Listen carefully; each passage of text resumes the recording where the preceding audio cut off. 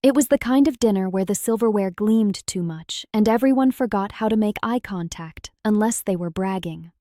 They say if you've ever been betrayed by family, hitting like brings peace, subscribing brings clarity, and commenting brings karma to those who wronged you. Try it, and tell me where you're watching from. Anyways, the long mahogany table stretched from one end of the chandelier-lit room to the other, covered in linen too white to be real, and centerpieces too tall to see past. Every chair was claimed, except the one at the very end, beside a baby's high chair and across from a boy who was still learning not to chew with his mouth open. That was my seat. Always had been. My name is Ava Sinclair. I'm 32 years old, and I was born into a family where success had one definition: the loudest voice in the room. Tonight, like every holiday, birthday, or pseudo-celebration, I was reminded that I didn't qualify. Ryan, my older brother by 4 years, held court at the center of the table like a king entertaining his nobles. His voice carried over the clinking of crystal, his words coded in that smug self-assurance only eldest sons seem to master. Ryan said, "We closed the new round last week, 8 figures, pre-seed to Series B in 18 months. Aunt Marjorie gasped. "That's incredible, Ryan. Your firm's moving so fast." Ryan smiled modestly, like he was doing the world a favor. "It's the vision. You either see the next wave or you drown in the old one." My cousin Elise, seated next to him, raised her wine glass. "To seeing the wave, I'll toast to that. Between med school rotations and the nonprofit I just launched, I haven't slept in 3 days." Uncle Jeff chimed in. "Elise, you're a machine. I don't know how you do it." Someone asked, "Ava, what about you? What are you up to these days?" Before I could answer, Uncle Jeff let out a chuckle and said, "Still figuring it out, huh?" I hadn't even opened my mouth. My mother, seated 2 spots down, gave a sympathetic smile. "We just want her to find something stable eventually. She's taking her time, and that's okay." There was a small chorus of polite nods. I nodded too, just to fill the silence. Then I looked down and carved into my chicken breast, pretending it wasn't overcooked. No one asked a follow-up. No one wanted an answer. That's the thing about being the disappointment in a family like mine. You start to believe silence is easier than explaining yourself to people who've already decided who you are. I let the conversation drift away from me like steam off my plate. Back to Ryan's triumphs, Elise's brilliance, my parents' cruise plans, and the merits of private school versus public. I tuned them out, because in my bag, tucked right under the embroidered napkin I hadn't used, was a signed offer letter. From next week on, I'd be CEO of a sustainability tech firm, a full executive appointment, equity, control, vision, and here's the part no one at that table knew. That company, the one bringing me in to lead the next phase, they were about to acquire Ryan's firm. He didn't even know it yet. I didn't speak a word of it, not then. Not while the roast was being passed or while my mother gushed over Elise's white coat ceremony. Not even when Ryan pulled out his phone and showed everyone a picture of the Manhattan office he might be upgrading to. My father, swirling his bourbon, said, "That's the kind of momentum we like to see." He didn't look at me when he said it. I was already invisible again. But I smiled to myself, not out of spite, not yet. Just because I finally knew something they didn't. Something big, something mine. The rest of the evening blurred. A few laughs. Dessert I didn't touch. A group photo I was barely in frame for. The toddler beside me spilled juice on my sleeve, and my mother dabbed at it like I couldn't handle a napkin. My cousin Elise said, "It's good you came tonight, Ava. It's nice when you make time for the family." I said, "It's nice when I'm invited." She blinked, then looked away. When the night finally ended, and we'd all kissed cheeks and promised fake reunions, I walked to my car with my heels clicking too loud in the driveway. The winter air bit at my lungs. As I opened the door, my phone buzzed. A message from the firm's founder, David. "Welcome aboard. We're lucky to have you. Let's shake things up next week." I stared at that message for a long moment before replying, "Let's." And then, with the headlights cutting through the dark and the signed letter still warm in my purse, I drove away from the Sinclair estate with something I hadn't felt in years. Not revenge, not pride, but power. The kind you don't brag about at dinner tables. The kind you build in silence, until the moment they hear your name and realize it's already too late to catch up. It didn't start with that dinner. It started when I was 6, sitting cross-legged on the living room rug, holding up a crayon drawing of a spaceship made from flower petals. Ryan had just come home with another gold star on his math test. My mother looked at my drawing and said, "That's nice, Ava. Maybe next time try coloring inside the lines." I remember nodding, though I hadn't drawn it to be inside anything. Ryan was always exceptional. That was the word they used, at parent-teacher conferences, at school plays, even in the church bulletin. He was a straight-A student, captain of the soccer team, future business tycoon in toddler form. He used to line up his toy cars by brand and resale value.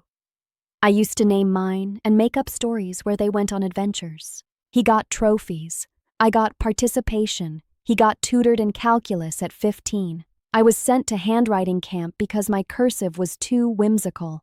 I was the quiet one, the one who whispered instead of shouted. Sensitive, yes, maybe too much. I cried at commercials. I read entire books in a day. I listened. But listening doesn't win you praise in a house full of performers. When I was 17, I changed my major before I'd even picked one. First, it was architecture, then psychology, then environmental studies. Each one sparked something in me, and each time I brought it up, my father would fold his arms and say, "Why don't you try sticking with something for once?" I wanted to scream, "Why don't you try seeing me for once?" But I didn't. I just nodded, again. Freshman year of college, Ryan sent a family-wide email the day he made the dean's list and copied a screenshot of his GPA in the signature. That same week, I'd placed second in a campus startup competition for a project called Green Loop, a recycling app for local communities. No one replied to my email about it, not even a thumbs up. That was the rhythm of it. My ideas were cute. His were scalable. When I called my mom to tell her about a professor who'd invited me to apply for a competitive fellowship, she said, "That's great, honey. I just hope it leads to something more practical." I said, "It could be huge." She replied, "We just want you to find something stable eventually." That line, that word, eventually. Like everything I was doing now didn't count yet. Like I hadn't already started something real, something good. Still, I kept going. I developed Green Loop on my own, late nights and borrowed code, learning as I went. I pitched it to local councils, partnered with schools, even secured a small grant. For a while, it was growing. For a while, I believed maybe this was my thing. Then it flopped. The rollout hit a legal snag I didn't anticipate. Data privacy. I couldn't afford the legal help to fix it. The grant expired. The app fell off the radar. Users stopped opening it. So did I. That failure knocked the air out of me. I moved back home for a few months. I told myself it was temporary, just to reset, find my next step. But to my family, it was confirmation. My Uncle George said at dinner one night, "Maybe you're just not cut out for all that risk." My father added, "At least Ryan's doing well. His second office opens next month." Even the way they said his name, Ryan, like it had weight, like it belonged in gold font on marble. I started to hear my name differently.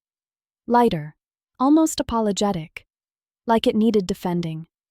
At family events, people would ask me, "So what are you doing now?" Then blink politely while I answered. You could practically see the internal scorecard. Ryan, 10.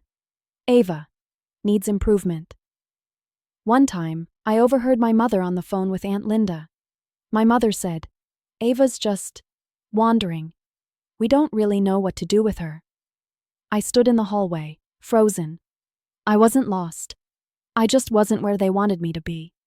I tried to tell myself it didn't matter, that I didn't need their approval, that their metrics were outdated. But it did matter. It mattered every time they smiled a little too tightly when I spoke, or steered the conversation back to Ryan's firm.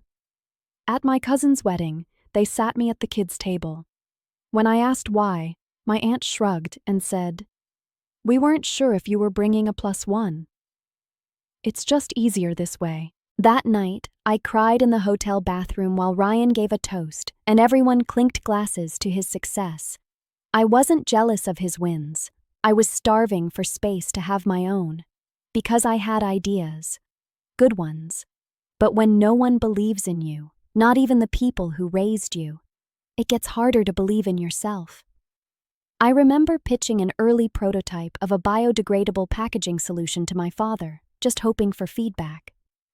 He listened halfway, then said, "That's interesting, but maybe try something more mainstream next time."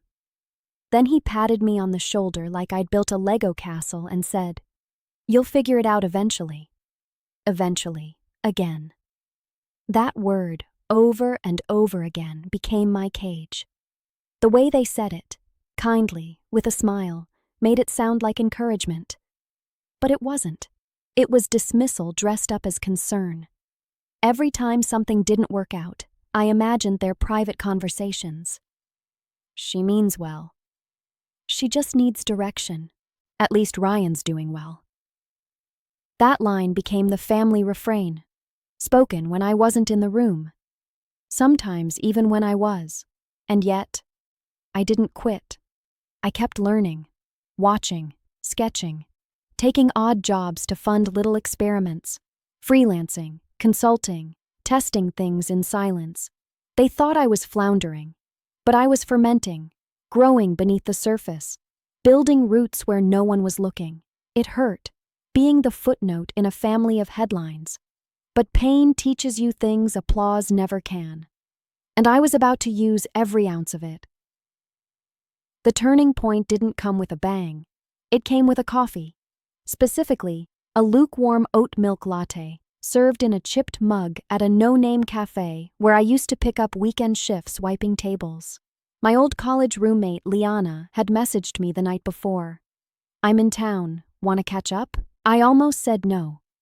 I'd been so buried in side gigs and self-doubt that the idea of explaining my life exhausted me. But something told me to go. We met just before the lunch rush. She looked good. Sharp blazer, calm eyes, the kind of presence that came from knowing where you were going. I envied it instantly. We made small talk for a few minutes, catching up on vague updates. She asked, "Still doing your sustainability thing?" I said, "Kinda. I've been working on a few ideas. Nothing huge." Liana paused, then leaned in. "You always had the vision, Ava. You just needed a little scaffolding." I laughed nervously and said, "Yeah, well, scaffolding's expensive." She smiled. "I want you to meet someone." That someone turned out to be Dr. Naomi Evers, an MIT alum, green tech pioneer, and early investor in half the biodegradable packaging companies currently disrupting the supply chain. She was blunt, brilliant, and had zero time for pleasantries. Our first call lasted 40 minutes. She asked sharp questions. I gave sharper answers. At the end, Dr. Evers said, "I like how your brain works. You ever thought about consulting?" I blinked and said, "I mean, I've done some freelance stuff, but..." She interrupted, "No. I mean real consulting. I'll pass your name to a few people. Don't screw it up." That was it. No grand offer. No fireworks. Just an open door and a warning not to trip. I didn't. Within a month, I was doing behind-the-scenes advisory work for 2 small firms trying to revamp their waste systems. I didn't advertise it. I didn't tell anyone. I still worked evening shifts at a bookstore to pay rent. But something had shifted. Quietly, I was being taken seriously by people who mattered.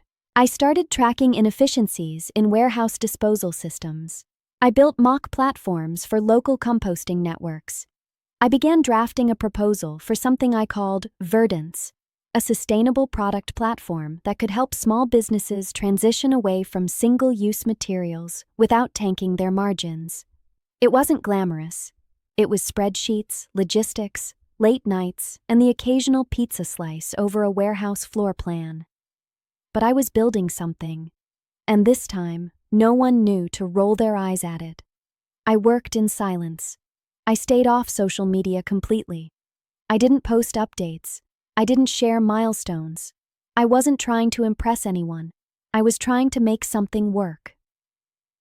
Verdance launched 2 years later. It started as a back-end solution, wholesale partnerships, biodegradable packaging consulting, supply chain optimization. Just a few clients at first, then a few more. Word spread fast in green tech circles, especially when people realized Verdance was actually saving them money. I used a brand name, not my own. No pictures, no bios. Just clean design, good data, and measurable results. VCs started calling. I turned the first 2 down. The third, I invited to a pilot program. That led to my first round of serious funding, then our first regional contract, then a team, then a second office. By the 4th year, Verdance was a known name in green distribution networks. I was consulting for companies 5 times the size of the one that once laughed me out of a grant application. And through it all, my family had no idea. They still thought I was dabbling. They still asked vague, patronizing questions when they bothered to ask at all. Ryan once said at a dinner, "You're still doing that recycling app thing?" I smiled and said, "Something like that." I didn't need to correct him. Let him think I was still the footnote. Because now I was writing the story. 3 months ago, I got a call from David Chen, founder of Selvora, a green tech giant that had been quietly acquiring smaller firms in the eco-supply space. He said, "Your name keeps coming up. I want you to run our next division." I said, "Depends." "What's the division?" He said, "Everything Verdance is doing, but global." It took me a full 10 seconds to process what that meant. I said, "Are you talking merger or acquisition?" David replied, "Acquisition. Full leadership transition. We want you as CEO." It felt like the air left the room and returned all at once. I whispered, "I'll need to see the numbers." He laughed. "Of course. But just so you know, we've already started talks with one of your competitors, Sinclair and Lowe." I froze. "Sinclair and Lowe?" I asked. David said, "Yeah, small firm, slick branding, based in New York." "You know them?" I took a breath and said, "Yeah. I know them. Ryan's firm, my brother's pride and joy, his empire." I didn't tell David. Not yet. There was no need to cloud the deal. Instead, I reviewed the numbers. The fit was perfect. Clean synergy, complementary tools. We could use their front-end interface and plug in our back-end systems seamlessly. 2 weeks later, I signed the executive offer, CEO of Verdance under Selvora's global umbrella. My name wouldn't just be attached to the future of green supply, it would be the future. And the first firm we were absorbing? Sinclair and Lowe. Ryan didn't know yet. The details hadn't hit the press. The legal team was still finalizing pre-announcement protocol. But I knew. I knew every line of the contract. I knew what percentage of their shares were being bought out and at what valuation. I knew exactly what room I'd be walking into. And for the first time in my life, I didn't feel like the one behind. I wasn't trying to prove anything to them anymore. I was building something for myself. Something real. Something undeniable. They didn't see it coming, because they never thought I could. But I had built this whole future while they weren't looking. And soon, they would be. It was another dinner.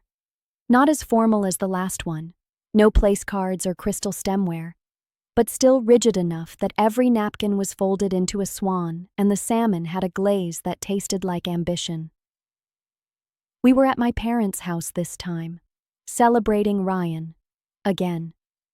He'd locked in a career-defining opportunity, according to my mother's group text. So, of course, we all gathered like disciples summoned to hear the gospel. The table buzzed with conversation before the food even hit the plates. I sat 2 seats down from Ryan, half shadowed by the oversized centerpiece. No one asked where I'd been lately or what I was working on. That was tradition. Ryan stood up before the appetizers were finished, glass in hand, sleeves rolled to the perfect, just casual enough length. Ryan said, "I wasn't going to say anything until the papers were signed, but why wait?" Everyone paused. Forks hovered midair. Ryan grinned and said, "Sinclair and Lowe is finalizing a merger with a global sustainability firm. It's going to take us international. New funding, new infrastructure, the whole 9 yards." My father clapped. "That's huge, son. You're leading the deal?" Ryan nodded, beaming. Leading it, negotiating it, and guiding the transition after it closes. It's been months in the works, but now we're in the final stretch. My mother clutched her chest like someone had proposed marriage. My aunt said, "We need to toast to that. Ryan, you're unstoppable." I took a long sip of my wine, let the tannins coat my tongue, let the moment hang, because I knew exactly which sustainability firm he was merging with. Mine. Well, not just mine anymore. Now it was Verdant's, under the global umbrella of Salvora. But I was the CEO, the person with the authority to approve or delay every clause in the agreement Ryan was bragging about. And I'd already signed the final terms. Last Tuesday, it was sitting in legal review as we dined, but I didn't say a word. Ryan looked across the table and said, "We're having the closing meeting next week. Big room, executives on both sides. Should be interesting." I asked gently, "Do you know who you're merging with?" Ryan laughed and said, "Not exactly. It's been handled through lawyers and reps so far. Some green tech company that started small but scaled hard. Quiet brand, probably old school leadership. Hopefully not too rigid." I nodded and said, "Hopefully." He didn't notice the way I smiled, because why would he? In his mind, I was still the footnote, still figuring things out, still floating around in artistic oblivion. Ryan raised his glass and said, "This is the beginning of something big. I've built Sinclair and Lowe from the ground up, and this merger, it proves we're ready to lead on a global level." My cousin Elise said, "I always knew you'd go big, Ryan." "You're a powerhouse." My mother beamed. "We're just so proud of you. You've worked so hard for this." No one looked at me. No one even glanced in my direction. But I wasn't bitter. I was electric. Because while they celebrated Ryan's ascent, I was already on the other side of the summit, waiting. I picked up my phone under the table, checked the calendar. Monday, 10 a.m. Location: Salvora HQ, Conference Room 4. B meeting, Sinclair and Lowe merger review. Lead executive, Ava Sinclair. I locked the screen and slid it back into my purse. Let them have this moment. Let Ryan preen. I'd already prepared my notes, already reviewed his financials, spotted the gaps, tightened the integration plan. I knew the firm better than he thought anyone did, because I'd built Verdant's to be the answer to companies like his. He just didn't know it yet. My father poured himself another scotch and said, "Mergers like this, they only come when the stars align. You've earned it, Ryan." Ryan clinked his glass against the nearest one. "Thanks, Dad. It's validation, you know. Proof that the vision works." Validation. Funny word. I glanced at my mother. She was already asking Elise about a research grant, her voice sweet and admiring. No one had asked me a single question all night. But I didn't mind, because I wasn't there to be seen. I was there to observe, to watch the people who'd dismissed me now hang their hopes on a deal I controlled. Ryan turned to me and said, "You're quiet tonight, Ava. You good?" I smiled and said, "Just listening. It's nice to hear you so excited." Ryan nodded. "Well, it's not every day you get to scale a company across continents. After this, I'll probably get tapped for a board seat somewhere. Maybe write a book." I said, I'm sure you will. He smirked. If the other company doesn't slow things down, of course. Sometimes these eco-types get too caught up in process. Green tape, if you know what I mean. I raised an eyebrow and said, I think they just value structure. Ryan waved me off. Sure, but business is business. They'll come around once they see the numbers. I set down my wine glass, tilted my head. I said, let's hope they do. The table moved on without me. Dessert was served, something citrus and unnecessarily deconstructed.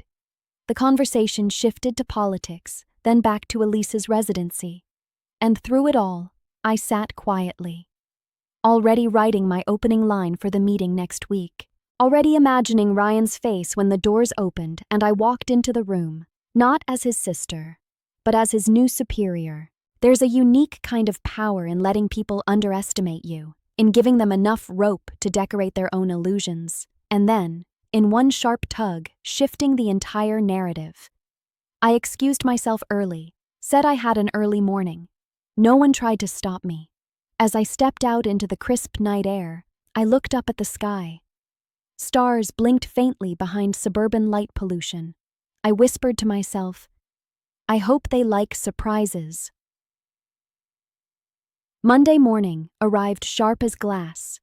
The elevator ride up to the 32nd floor was silent except for the soft click of my heels and the steady hum of a breath I hadn't realized I was holding. I clutched the leather clipboard to my chest, not because I needed it, but because it felt symbolic. Inside were documents I knew by heart, figures I'd memorized, strategy I'd written. This wasn't just a meeting. It was the moment the girl they'd overlooked became the woman they had to reckon with. Conference room 4B was already buzzing when I approached. The translucent glass walls shimmered in the morning light.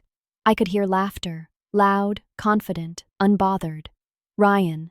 I paused at the door, smoothed the fabric of my navy blazer, rolled back my shoulders. Then I pushed the door open. Ryan was at the head of the table, flanked by two of his partners. Their laptops were open, coffees half drunk, postures relaxed. They didn't look up right away. Then they did. Ryan blinked. His jaw twitched slightly. Ryan said, Ava? I nodded and said, Good morning. A beat of stunned silence. Then chairs shifted, glances flew. One of the associates dropped his pen. Ryan stood slowly, confusion creasing his forehead. What are you doing here? I walked to the opposite end of the table, placed my clipboard down with precision, and took my seat. I said, Shall we begin? The silence cracked. David Chen, seated beside me, gave a small nod. Everyone, this is Ava Sinclair, CEO of Verdance and lead on the Selvora acquisition team. Ryan laughed, one of those laughs you let out when you think there's been a mistake. Ryan said, Wait, what? You're the CEO? I smiled politely and said, Since last quarter. My appointment was finalized 2 weeks ago.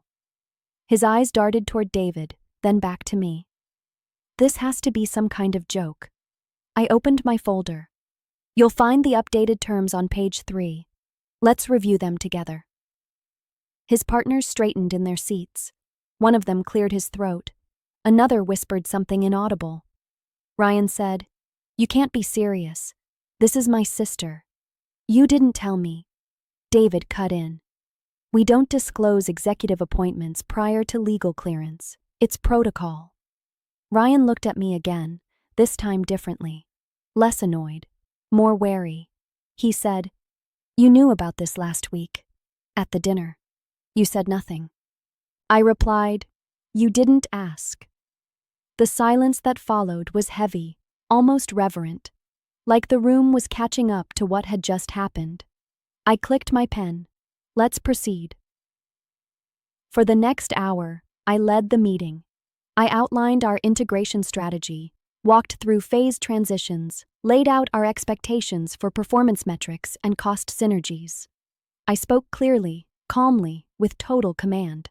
Ryan tried, more than once, to reassert his footing. Ryan said, That clause doesn't reflect our original understanding. I said, The clause reflects current market conditions. If your team needs to renegotiate, we're open to discussion. but the valuation terms are fixed. Later, he said, "You're being aggressive. This isn't how we do business." I looked him straight in the eye and said, "It's how we do business now." You could feel the shift in the room, the energy realigning. Ryan wasn't used to being talked over. He wasn't used to being managed. And he definitely wasn't used to seeing his little sister sit at the head of the table with the power to make or break his next chapter. But here we were. I let the numbers do most of the talking. I made no jokes. I offered no apologies. I wasn't rude. I was exact. And as I flipped to the final page of the packet, I paused, just for effect. Then I looked at Ryan and said, "Let's talk about your valuation. Because I'm the one setting it." His face didn't move for a second. Then the color drained from it. The first article dropped at 8:17 a.m. I was still nursing my second coffee, hair pulled into a messy bun, glasses smudged, half listening to my executive coordinator go over Monday's agenda. Then my phone buzzed. Once, then again and again, until it was a blur of dings and flashes. I picked it up. A link. Breaking. Green tech power move. Selvora acquires Sinclair & Lowe in multi-million-dollar merger. Ava Sinclair named CEO of parent company. I stared at it. There it was, in clean black serif font. My name, my title, my moment. It didn't feel loud. It felt still. Like the world had stopped to finally, quietly acknowledge what I'd been building for years. The photo they used was professional. Head high, blazer crisp, smile subtle. Not the girl they used to see trailing behind at family events, not the so-called artsy wanderer. This was me, fully, finally. The notifications came in like a dam had broken.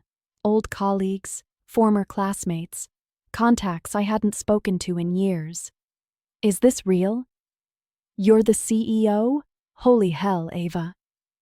Massive congrats. Drinks on you now." Then the texts shifted. From family. The first was from my mother. "Mom. Ava. We just saw the article. Why didn't you tell us?" Then a few seconds later, my phone rang. I didn't answer. Not because I didn't want to, but because I was mid-meeting, going over executive onboarding with two of our incoming VPs. There was no space for nostalgia in a room full of strategy boards and revenue projections. A voicemail landed. My father's voice. Hesitant. Almost hoarse. "Dad," voicemail. "We're proud. Shocked, but proud. You've done something big. Bigger than we ever imagined. Call us when you can." I replayed it twice. He sounded like he didn't know what to say. Like he'd never practiced saying anything like it before. I didn't respond. Not yet. Because just then, my legal lead slid a document across the table. "Final terms of the Sinclair & Lowe buyout," she said. I skimmed it. Everything was in place. Control was shifting. The systems we'd spent years building were going to replace theirs. Their board was dissolving. Ryan would retain a short-term advisory title, but the reins were now firmly in my hands. I reached for the pen. Paused, then signed. One signature. That was all it took. My hand didn't shake. I handed the packet back. "Move forward," I said. From there, the morning blurred into motion. Back-to-back onboarding calls, interviews with media liaisons, finalizing expansion plans, and in between, more messages. "Aunt Marjorie, just saw the news. Amazing, sweetheart. Knew you were destined for something great. Uncle Jeff, impressive stuff. You've made quite a name for yourself." But the most interesting message of the day? Ryan. Just one line. "Ryan, congrats. You could have said something." I stared at it for a long moment. It wasn't angry. It wasn't warm either. It was hollow. Like he was trying to hold on to the last thread of control he had left. I thought about replying. About saying, "You never asked," or "You wouldn't have listened," or even just, "Now you know." But I didn't. Instead, I closed the message. I had bigger things to handle. The next day, I walked into a team-wide presentation with 200 staff, engineers, designers, analysts, sustainability experts. They stood when I entered, not because I was Ava Sinclair, Ryan's sister, because I was Ava Sinclair, CEO. I took the stage, looked across the room. I said, "What we build here matters. Not just because it's green, or efficient, or profitable, but because we did it when no one thought we could." The room held its breath. And then came the applause. Not the kind that's obligatory or polite. The kind that comes when people believe in the person standing in front of them. That night, after everything was done, I sat in my office. The skyline blinked outside the window. Below me, the city buzzed, alive, awake. I scrolled through my messages again. Let them all sit there, unanswered, not out of spite, but because I didn't need to answer. They finally saw me. Not the version they had imagined, not the one they pitied or prodded or passed over. They saw me. And now, they'd have to decide what to do with that. They invited me to dinner the following week, a celebration, my mother called it. A chance to finally connect again, she said. She made it sound like an overdue reunion, like the years of silence, of quiet dismissal, of side glances and scoffs were just an unfortunate miscommunication. I almost declined, but something in me, curiosity, maybe closure, said yes, so I went. Same dining room, same long table, same chandelier dangling like it knew too much. But this time, everything was different. They greeted me with open arms, smiles stretched just a little too wide. There was a bottle of wine on the table I actually liked. Someone had Googled plant-based dinner ideas and tried to accommodate my lifestyle, even though I never asked them to. My mother rushed toward me, arms outstretched. Mom said, "Oh, honey, you look so professional, so polished. Look at you." I said, "Hi, Mom." She pulled me into a quick hug. Her perfume was the same, but the tone in her voice had changed. It used to be laced with concern, laced with doubt. Now it sparkled with calculated admiration. Aunt Marjorie said, "We always knew you had it in you, Ava. You were just quiet about it." I said, "I've always been quiet." They laughed, like it was a joke, like all those years hadn't happened. We sat. Ryan was already at the table, face unreadable, tie half loosened, posture tense. He didn't speak at first, just gave a curt nod. I returned it. That was enough. Uncle Jeff said, "So, CEO of a major green tech firm now? That's big, Ava. We're proud." I said, "Thank you." They asked questions this time. About Verdance, about the acquisition, about what it was like to lead a global team. But none of them asked how I was. Only what I'd done. My cousin Elise said, "It's honestly inspiring. Do you think you could help me with a grant proposal? It's for this community wellness initiative I'm pitching next quarter." Before I could reply, my mother chimed in. Mom said, "Yes. Ava, you should absolutely help her. You know this world now, right? Just a little guidance." I looked across the table, at Elise's hopeful eyes, at my mother's eager face. I smiled. I said, "Of course. Send me the proposal. I'll look it over." And I meant it. I wasn't here for revenge. I wasn't here to lecture them. I was here to observe, to understand that while their tone had changed, their intent had not. This wasn't love. This was status. I'd become valuable. That's all. Aunt Marjorie said, "We've always believed in you, sweetie. It just took you a little while to bloom." I held my wine glass steady. I said, "Thank you." What I didn't say was that I bloomed despite them, not because of them, that their belief came long after the soil had been turned, the roots dug in, the sunlight found on my own. I glanced at Ryan. He finally spoke. Ryan said, "So what's next for you? What do you even do now that the merger's done?" I looked at him for a moment before answering. I said, "Now? I building. I mentor. I create space for people who were overlooked like I was." He nodded slowly. Right. That's good. I didn't ask what he was doing. I didn't need to. By dessert, the room was buzzing again, like it used to be, only now they made sure to include me in every laugh, every anecdote, every glass raised. It was kind, but it wasn't warm, and I knew the difference now. When the plates were cleared and the coffee served, my mother leaned in and touched my hand. Mom said, "It means so much to have you here, Ava. We're so proud. I hope you know that." I looked at her. Really looked. I said, "I know." And I did. I knew she was proud now. Now that I fit into a frame she could understand. Now that my titles sparkled in headlines and made her phone ring with curious friends asking, "Is that your daughter?" But pride and love aren't the same. And respect that arrives late is still late. I stood up first, smoothed my blazer, reached for my bag. Uncle Jeff said, "Leaving already?" "We were just getting into dessert." I said, "I've got an early day tomorrow."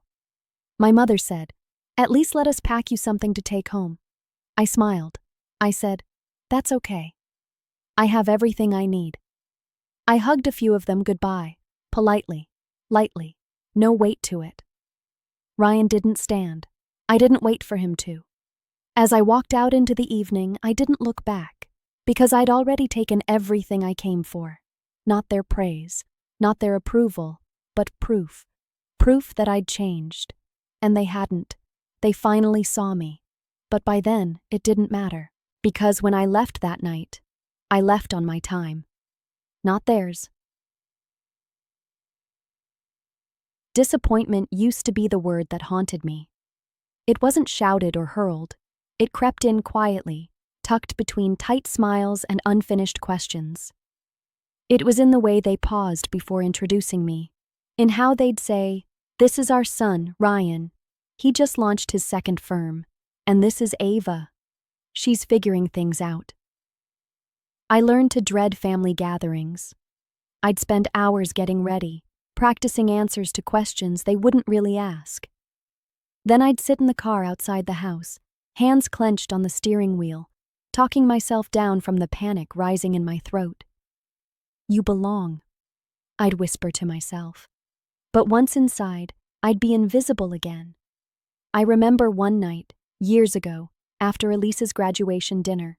Everyone had toasted her with champagne and applause. I sat next to the kids, cutting their food and smiling politely. No one asked what I was doing with my life. I walked out early, got into my car, and cried. The kind of quiet, helpless crying that doesn't ask for anyone to notice, because no one will.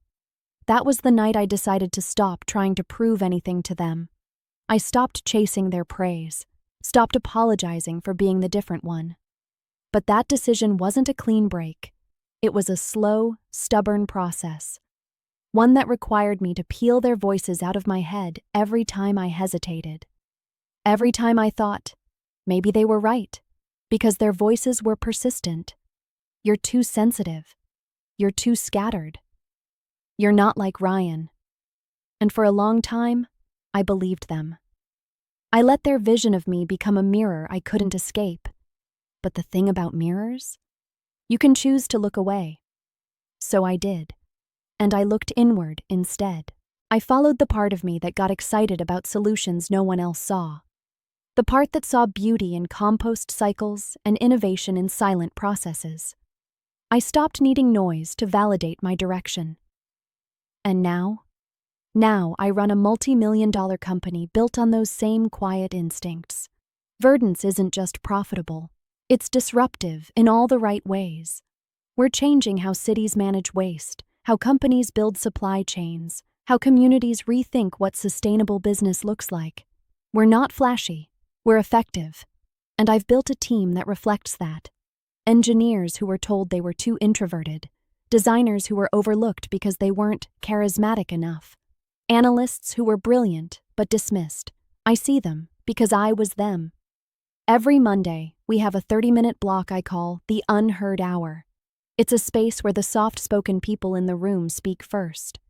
No interruptions, no corrections, just listening.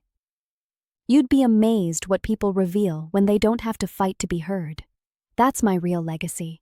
Not just a product line, not just a board title, but a space where the dismissed find power, a space I never had. And the irony? Now the people who once doubted me want a seat at my table, but I don't build tables for validation. I build them to pass on what I learned in the silence. I don't replay the voicemail from my father anymore, the one where he said, "We're proud, shocked but proud." I don't need it, because pride that only shows up when the world starts clapping isn't real. Real pride? It comes from within. It's in the way I get up every morning, the calm in my breath before a big meeting, the way I speak, steady, no longer second-guessing every word. It's in the way I leave a room now, not to escape, but because I'm done. Sometimes I think back to those old dinners, the ones where I sat at the edge of the table next to toddlers, carving into overcooked meat, nodding politely while they discussed real success. I wonder what they see now when they think of me. Do they see the CEO, the strategist, the woman who signed the deal that changed the trajectory of their Golden Boys company? Maybe. But it doesn't matter anymore, because I no longer need to be seen by them. I just needed to see myself. And I do. Fully. Finally. They called me the disappointment, but I never disappointed myself. And that made all the difference. If you enjoyed the story, make sure to subscribe for good luck.